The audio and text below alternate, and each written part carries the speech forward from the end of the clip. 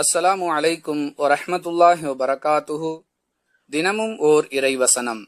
நாமே இந்த அறிவுரையை அருளினோம், நாமே இதை பாதுகாப்போம்.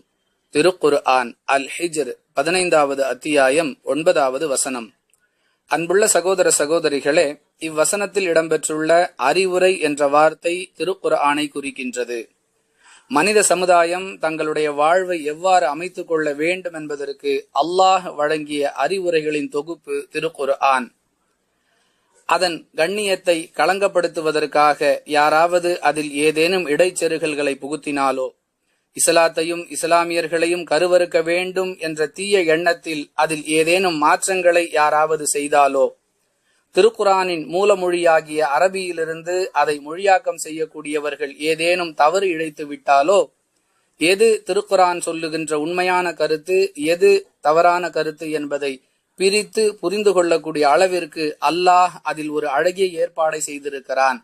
அதாவது அதனுடைய உண்மைத்தன்மை கெட்டுப்போகாத அளவிற்கு அதற்குரிய பாதுகாப்பு ஏற்பாட்டு பொறுப்பை அல்லாஹ் எடுத்துக்கொண்டான் என்பது இவ்வசனம் சொல்லக்கூடிய செய்தி.